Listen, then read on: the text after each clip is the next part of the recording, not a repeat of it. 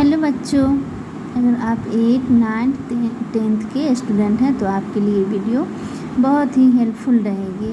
ठीक है, क्योंकि आज हम पढ़ने जा रहे हैं संस्कृत वर्णमाला, जो बहुत ही बेसिक और बहुत ही महत्वपूर्ण होती है। इसकी जानकारी हमें रहनी चाहिए। तो चलिए हम शुरू करते हैं कि संस्कृत वर्णमाला कितने होते हैं। ठीक है, तो हम आज जानेंगे संस्कृत में दो होती है वर्णमाला, प्रकार होती है इसकी इसकी प्रकार दो होती है। ठीक है,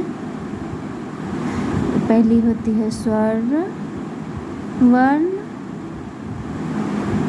और दूसरी होती है व्यंजन वर्ण। पहली स्वर वर्ण और दूसरी व्यंजन वर्ण। तो इसकी संख्या कितनी होती है? ये होती है 9 और इसकी संख्या होती है 33। ठीक है, तो हम बात करेंगे पहले स्वर वर्ण के बारे में। स्वर वर्ण किसे कहते हैं?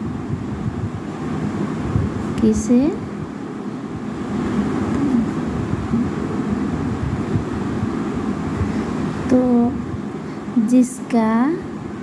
इसको कहेंगे जिसका उच्चारण में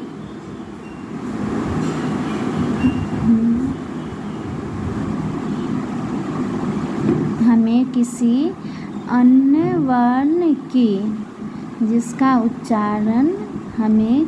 अन्य वर्ण की सहायता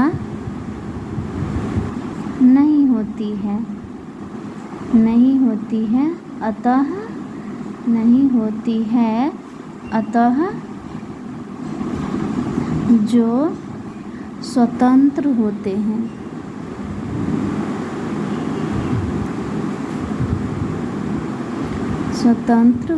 हैं स्वर वर्ण कहलाते हैं। तो चलिए इसको समझेंगे कि स्वर वर्ण किसे कहते हैं। तो जिसका उच्चारण में हमें किसी अन्य वर्ण की सहायता नहीं होती है, अतः जो स्वतंत्र होते हैं, यानी कि जो स्वतंत्र होते हैं, किसी दूसरे की सहायता लेनी नहीं पड़ती, वो खुद ही अपने ही बने हुए होते हैं, खुद ही अपने से बने हुए, तो उसमें कोई दूसरा वर्ण की सहायता नहीं होती है, उसे स्वर वर्ण कहते हैं। तो आइए देखते हैं कौन कौन से होते हैं। तो होते हैं अ, ई, उ, री एंड ली। और होते हैं ए, ऐ, ओ एंड औ। ठीक है, तो इसमें जो है अ, ई, ओ, री, ली, इसको बोलेंगे मूल स्वर।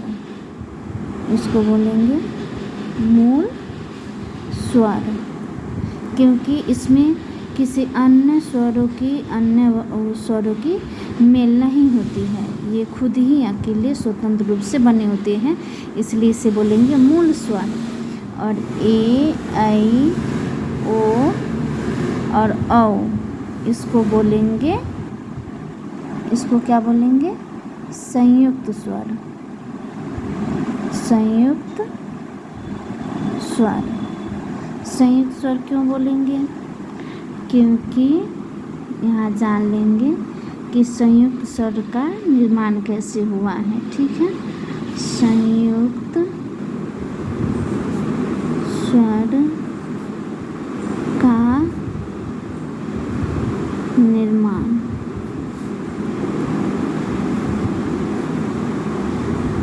तो इसका निर्माण हुआ है ए का निर्माण हुआ है, बना है अ जोड़ ई से, यानी ए बना है अ धन ई, और ए बना है अ धन ए, और ओ बना है अ धन उ, और अ बना है अ धन औ, सॉरी ओ, इससे बना है। ठीक है, तो समझ गए संयुक्त स्वर कैसे हुआ, संयुक्त स्वर का निर्माण कैसे हुआ।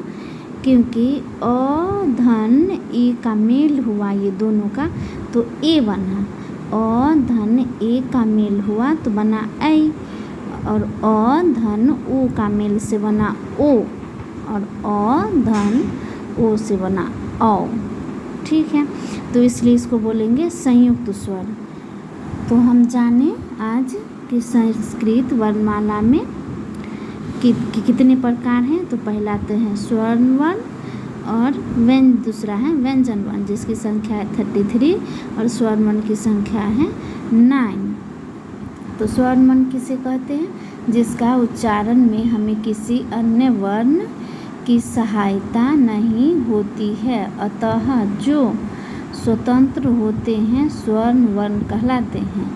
ठीक है, किसी अन्य वर्ण की इसमें सहायता नहीं होती है, उसे स्वर्ण वर्ण कहते हैं। ठीक है, तो इसमें कौन कौन से हैं, अ ई उ री ली, ए ऐ ओ औ।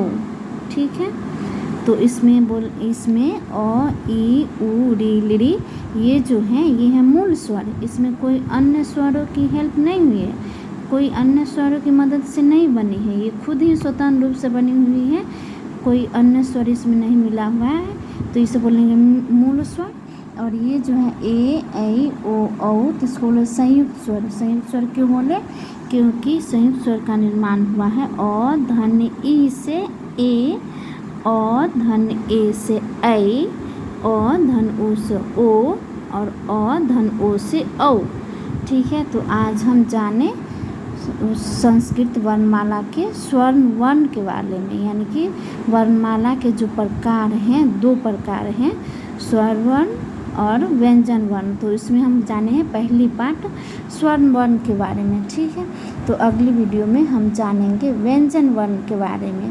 ठीक है, तो आप लोग इसको अच्छे से पढ़ेंगे, समझेंगे, और फिर हमें कमेंट करेंगे कि आपको कैसी लगी, आपने कहाँ पे आपको दिक्कत हुई, कहाँ पे आपने नहीं समझा, और कितना समझा और कैसा लगा आपको, आप बताएं।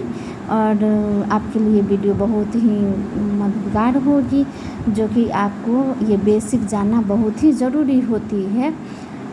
ठीक है, तो तब तक के लिए इतना ही। जय हिंद, मिलते हैं नेक्स्ट वीडियो में।